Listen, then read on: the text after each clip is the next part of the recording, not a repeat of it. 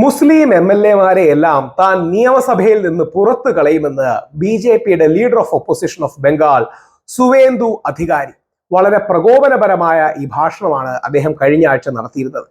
സാമ്പ്രദായിക് police, സാമ്പ്രദായിക് സർക്കാർ, മുസ്ലിം league 2, മുസ്ലിം league 2, മുസ്ലിം league 2. യഥാർത്ഥത്തിൽ പുള്ളി പണ്ട് ഒരു തൃണമൂൽ കോൺഗ്രസിലെ ആളായിരുന്നു. രാഷ്ട്രീയ ഭാഗ്യാന്വേഷിയായി BJP-യിലേക്ക് എത്തിയത് മാത്രമാണ്. യഥാർത്ഥത്തിൽ ഇത് മുസ്ലിം വിരോധം കൊണ്ടല്ല പറയുന്നത്. അതായത് ബംഗാളിൽ 27 മുതൽ 31 മുതൽ ചില ആൾക്കാർ 35 വരെ പറയുന്നു, 27 മുതൽ 35% വരെ മുസ്ലിം വോട്ട്സാണ്. AMIM അസൗദ്ദീൻ ഒവൈസിയുടെ AMIM പറയുന്നത് 40% വെസ്റ്റ് ബംഗാളി മുസ്ലിംസ് എന്നാണ്. അപ്പോൾ മുസ്ലിം സമൂഹത്തെ ശത്രുപക്ഷത്ത് നിർത്തി ഒരു അപരത്വം ക്രിയേറ്റ് ചെയ്ത്, ശത്രുത ക്രിയേറ്റ് ചെയ്ത് മറുഭാഗത്തെ ഹിന്ദുക്കളെ കൺസോളിഡേറ്റ് ചെയ്യാനുള്ള ഒരു വില കുറഞ്ഞ ചീപ്പായ നാടകമാണ് സുവേന്ദു അധികാരി കളിക്കുന്നത്. ഇദ്ദേഹത്തിന് ഹിന്ദുക്കളോട് യാതൊരു പ്രത്യേകിച്ച് മമതയോ സ്നേഹമോ കാര്യങ്ങളോ ഒന്നുമില്ല.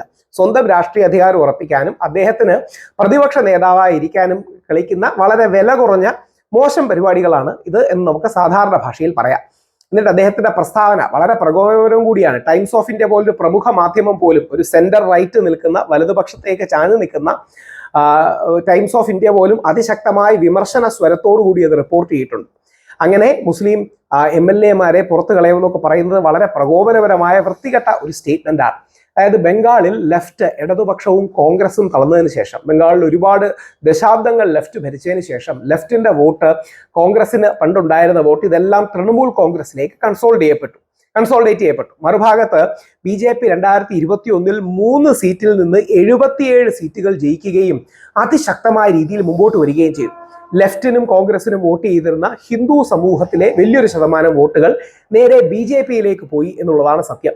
അതായത് ലെഫ്റ്റിലും കോൺഗ്രസിലും നിൽക്കുന്ന ലെഫ്റ്റ് ലിബറൽ വോട്ടുകൾ TMC-യിലേക്കും, മുസ്ലിം വോട്ടുകൾ TMC-യിലേക്കും, കുറച്ച് റൈറ്റിലേക്ക് നിൽക്കുന്ന വോട്ടുകൾ, അതായത് കോൺഗ്രസിൽ റൈറ്റിലേക്ക് നിൽക്കുന്ന വോട്ടുകൾ, ലെഫ്റ്റിൽ നിൽക്കുന്ന ഹിന്ദു വോട്ടുകൾ, കാസ്റ്റ് കമ്മ്യൂണിറ്റി വോട്ടുകൾ BJP-യിലേക്ക് വരികയും ചെയ്തു എന്നാണ് സത്യം. അങ്ങനെ തന്നെ സുവേന്ദു അധികാരിയെ BJP-യുടെ പ്രതിപക്ഷ നേതാവുമാക്കി.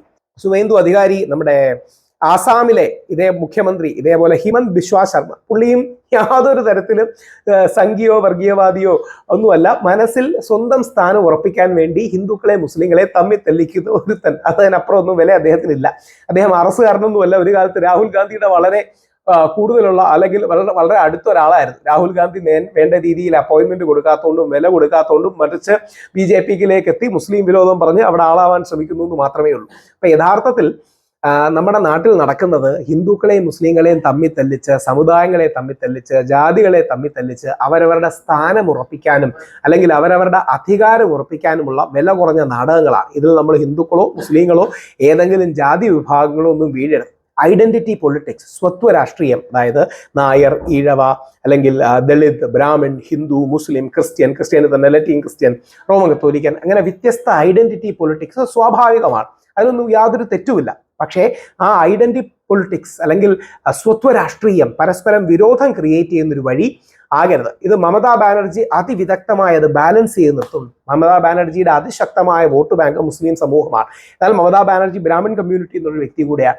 അവർ ഹിന്ദു വിഭാഗങ്ങളെ അകറ്റാതെ അവരോട് ചേർന്ന് നിന്ന് അതോടൊപ്പം മുസ്ലിം വിഭാഗങ്ങളുടെ വോട്ട് കൂടി നേടിയാണ് പലപ്പോഴും അവിടെ ഭരണത്തിൽ വരുന്നത്. അപ്പോൾ ഈ രാഷ്ട്രീയക്കാർ, പാർട്ടി ഏതാണെങ്കിലും ഇവർ നമ്മളെ പരസ്പരം അടുപ്പിച്ച് നമ്മുടെ ചോര കുടിച്ച് ജയിക്കാൻ നോക്കുന്നവരാണ് എന്ന തിരിച്ചറിവ് നോക്കുകയാണ്. അങ്ങനെ അല്ലാത്ത ഒരുപാട് നല്ല രാഷ്ട്രീയക്കാരുണ്ടായിരുന്നു നമ്മുടെ ചരിത്രത്തിൽ. അങ്ങനെ മഹാത്മാഗാന്ധിയും സർദാർ വല്ലഭായ് പട്ടേലും അല്ലെങ്കിൽ പണ്ഡിറ്റ് ജവഹർലാൽ നെഹ്റുവും സുഭാഷ് ചന്ദ്രബോസും മൗലാന ആസാദും ഭഗത് സിംഗും അടക്കമുള്ള ഒരുപാട് പേരുണ്ടായിരുന്നു. നമ്മുടെ ചരിത്രത്തിൽ ഒരുപാട് നല്ല രാഷ്ട്രീയക്കാർ അങ്ങനെയുണ്ട്. എല്ലാവരും അങ്ങനെ മോശക്കാരാണെന്നൊന്നും ആർക്കും അഭിപ്രായമില്ല. അപ്പം മൻമോഹൻ സിംഗ് ജി നല്ലതാണ്, അടൽ ബിഹാരി വാജ്പേയി നല്ലതാണ്.